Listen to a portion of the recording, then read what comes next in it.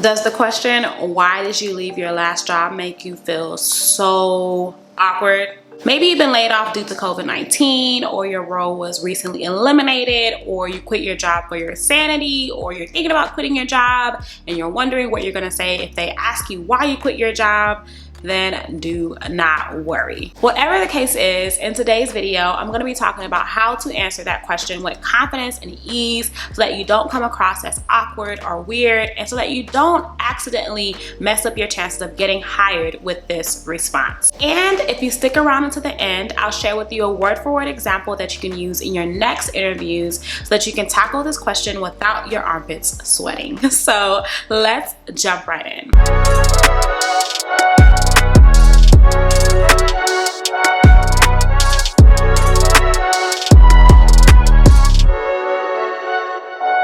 By the way, before we jump in, my name is Adenola Adeshola. I am a career strategist, and I help high-achieving corporate professionals secure new positions they love at companies they love. My clients have landed interviews and job offers at top companies like HBO, Tiffany & Co., TikTok, Google, Vogue, Facebook, and so many other places. And my career advice and expertise has been featured in Forbes, The New York Times, Fast Company, Business Insider, Refinery29, and so many other places.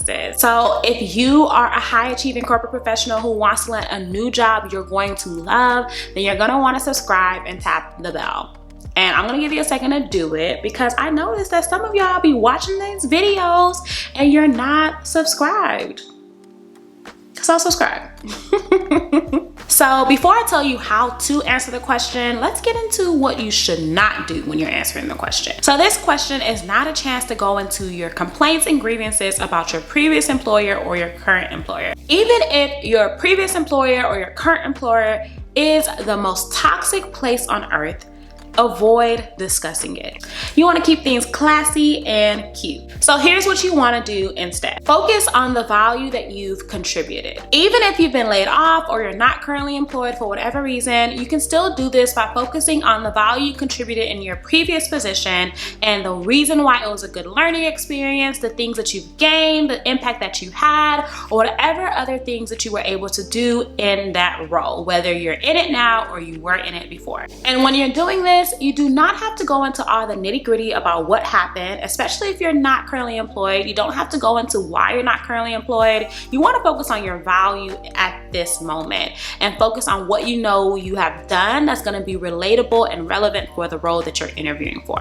Next, you want to focus on your current career goals. Show how your current circumstances or your current expertise is a natural transition into what you're wanting to do next. And ideally, as you're talking about your personal career goals, they should be aligned with something that you know you can achieve in that position. So whether that's the type of responsibilities that you're going to be able to execute in your next role, the type of work that you want to focus on next, you want it to align with the role that you're actually interviewing for. Then you want to focus on the position in front of you. So while you just mentioned your current career goals, you want to then tie in all of that, everything you've shared, with why you're excited about the position in front of you. You want to make the hiring manager think, great, that is exactly what we're looking for in this position. The key here is that you want to be forward thinking, or future focused, as I like to call it. Most people tend to be past driven when they're answering this question, focusing on all the things that happened in their past, why they left their job, why they are laid off, why whatever,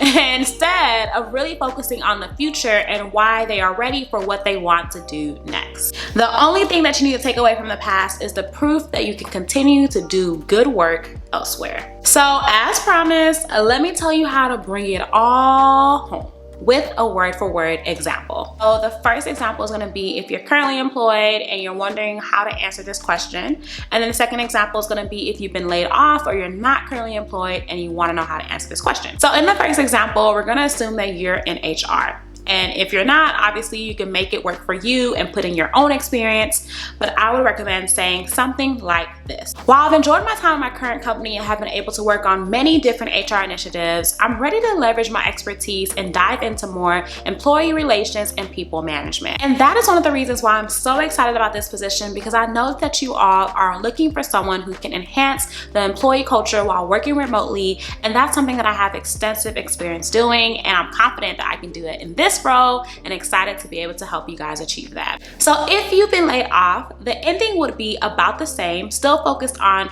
your current goals and the position in front of you, but you would just change the beginning of your statement to focus more on the past tense since you're not currently in the role. So again, using the HR example, you would say something like, in my time as an HR business partner, I had the pleasure of working on so many different HR initiatives. And while I enjoyed my time and was able to gain so much insight and contribute in so many different ways, I'm excited to tackle my next career goal, which is to leverage that HR expertise for employee relations and employee culture. And that is one of the reasons why I'm so excited about the opportunity to join your company, because I know that I'll be able to jump right in and add value right away. So there you have it. As I always say, you want to add a little spice to make it nice.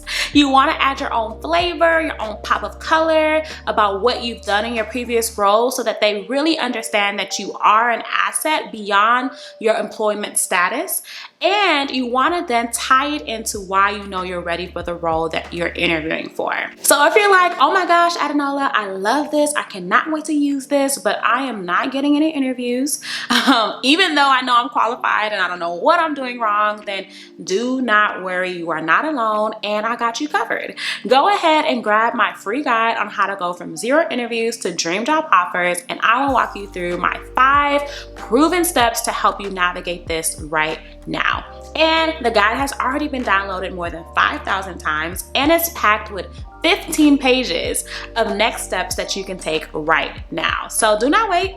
Go ahead and grab it now. And if you are getting interviews and you want to know how to turn those interviews into job offers, you definitely can still grab that guide because I do talk about that too. So get it from the link below. Next week in my next video, I'm going to be talking about the interview flags you must pay attention to if you do not want to end up in a job you hate. So go ahead and subscribe so that you can be notified when that video drops. In the meantime, while you wait, catch up on my other videos where I talk about how to overcome imposter syndrome, I talk about how to answer other interview questions, and I talk about resume mistakes and so much more. So get cozy and enjoy.